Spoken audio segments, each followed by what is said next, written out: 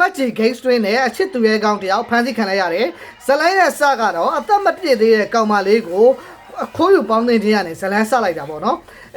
ဒီဇလန်းမှာဆိုလို့ရှိရင်သူကဒီကောင်မလေးကသူ့ရဲ့ခဲဟိုတွေအမတွေလက်ကနေပြီးတော့ခဲဟိုကဒါမကောင်းကြံတဲ့အတွက်သူကကယ်တင်လိုက်တယ်ဆိုတော့ hero ဇလန်းက online ပေါ်မှာအရန်ကိုမှရေပန်းဆလာတယ်သူ့ကို follow ထားပြီးတော့သူ့ဘက်ကနေ fan တွေရတဲ့အများကြီးပဲဒီ slow game တွေကိုတရားစွဲပါမယ်ဆိုပြီး order superman အောင်တော့မှဒီတယောက်ကိုအဲ့ပတ်တီဆွေးတဲ့ကောင်လေးကိုကူညီပေးပါအောင်ဆိုပြီးတော့ fan တွေကတွန်းအားပေးကြတယ်အပန်ဟိုတော့ record လုပ်ကြရပါတော့ဒီတယောက်ရဲ့သူတို့ဒီကောင်မလေးခွဲပေါင်းတင်လာတဲ့ကောင်မလေးနဲ့ဒီပတ်တီဆွေးတဲ့ကောင်လေးရဲ့အချစ်ရိုတဲ့ဗီဒီယိုလေးတွေကလည်းအရန်ကိုမှကြည့်လို့ကောင်းတယ်တကယ်ကြီးကိုသူတို့နှစ်ယောက်အရန်ချစ်တဲ့ပုံစံကြီးလည်းမြင်နေရတယ်ပေါ့နော်ဒါပေမဲ့အခုဒီကောင်လေးဖန်ခံလိုက်ရတယ်ဒီကောင်လေးဖန်ခံလိုက်ရတဲ့အချိန်မှာကြတော့မှသူ့ရဲ့ကောင်လေးရဲ့အပုတ်တွေကပေါ်လာတယ်ပေါ်လာတာလည်းသူ့ရဲ့တငယ်ချင်းအပေါင်းအသင်းတွေရှိရနေပဲပေါ်လာတယ်ဒီကောင်မလေးကိုအခု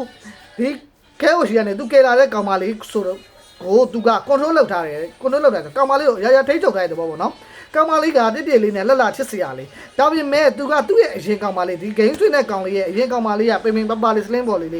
အဲ့လိုလေးဖြစ်စေခြင်းတဲ့အတွက်ဒီကောင်အခုသူခိုးလာတဲ့အသက်မတည်တဲ့ကောင်မလေးကိုသူကထမင်းစားတာအစဒီလောက်ပဲစားဟိုဟာဆိုလည်းဒီလိုပဲလုပ်ပိန်ပိန်ပါလေးသူပေါ့နော်အရင်ကောင်မလေးရဲ့ပုံစံနဲ့ညှိရလို့ပဲပြောကြရတယ်တချို့ကလည်း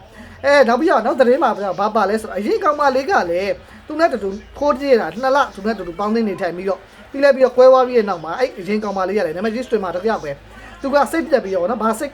ကိစ္စရှိလဲဒါမှမဟုတ်ဘာတွေလဲမသိဘူးဒါပေမဲ့သတင်းတွေရဆိုရင်တော့ဒီကောင်မလေးကစောင်းမွဲရှိလို့ပါဆိုပြီးတော့ဂိမ်းဆွေးနာအောင်နားထားတာအတော်လေးကြာပြီတဲ့ဘယ်လိုပဲပြောချင်တာကကျွန်တော်တို့ online ပေါ်မှာမြင်နေရတဲ့အရာတွေနဲ့မြင်ဒီမှာတကယ်ဖြစ်ပြနေတဲ့အရာတွေကထပ်တူကြခြင်းမှာကြလိမ့်မယ်ကျွန်တော်တို့ကတော့တကယ်အချစ် hero ကြီးလို့ထင်နေခဲ့ပေမဲ့နောက်ွယ်မှာကြတော့